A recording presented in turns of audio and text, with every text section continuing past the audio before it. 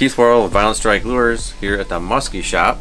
So basically you've got 3 different bucktails here that are probably the most weedless inline bucktails on the market for muskie. Yep, that's what I designed them for. I haven't found another bait out there that will go through the snot like these things will. I specifically designed them just for that. Dad and I tested them out for over a year. We had 9 out of 10 hookups on these things in the first 2 weeks, so it was a very good hookup ratio. It's just like any weedless lure, you really need to give them a second. Fish hits it, wait till they turn, or give them a second and a half and hit them, and you're going to stick them. Single hook, believe it or not, sticks extremely well. You don't have to have, you know, doubles or a treble hook a lot of times, and plus you won't be able to fish that stuff unless you're throwing something like this. I'm pulling muskies out of the slop all summer long.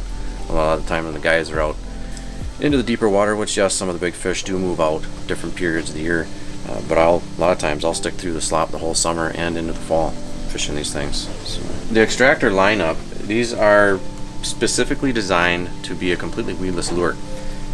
You can cast this, any one of these, directly. You can cast it into reeds, like the thickest reed beds you can think of. Cast that in there. What that, the whole point of the weedless is actually the tail. That's what keeps this thing weedless. You can see the hook. Get the marabou out of the way here. Rides, if you go straight through, rides real tight to the body, so it's almost impossible for that thing to hook weeds and or lily pads or whatever you're trying to fish through. I designed these specifically for the dollar pads, the really small lily pads that you literally cannot get anything through in the summertime unless you're using a bass frog. These will go, they will ride right on top of them.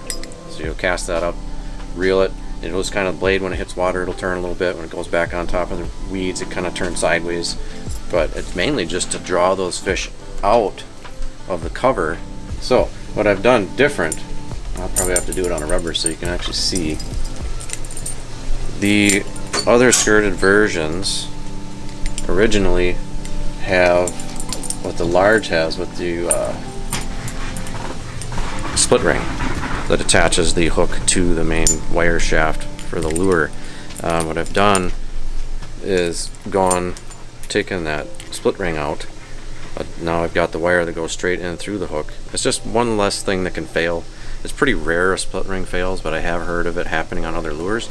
Never on these that I'm aware of, but it also keeps the hook straight out at all times, so that hook's not going to be able to be wobbling back and forth or down. When the fish grabs it, it's going to be in that position at all times. So just one of the things that I've just changed up. Literally, this is the first order of them at the shop, and like I said, that's going to be on the marabou line and the living rubber line. So gotcha. The large ones will still have the original split ring. Everything's going to stay the same. And the other thing I wanted to talk about was the tails. This is actually the new tails. I was pouring my own, and to be cost effective, I was spending more money than it was worth to pour them on my own. So I started buying them through Fliptail Lures. You can find them on www.fliptaillures.com. They've got a ton of different colors too, which is kind of cool. And so if you want to have a whole batch of these for backups, check out Fliptail Lures. They got a lot of colors. Wherever you want, you can get through them. Yeah, the Black Friday sale was huge. Yeah. We're restocking daily here and getting stuff in as quick as we can. Right. Well, we've got the extractors fully restocked. I like coming in and helping out and hanging them, and kind of one of the things I like to do here for the Musky shop.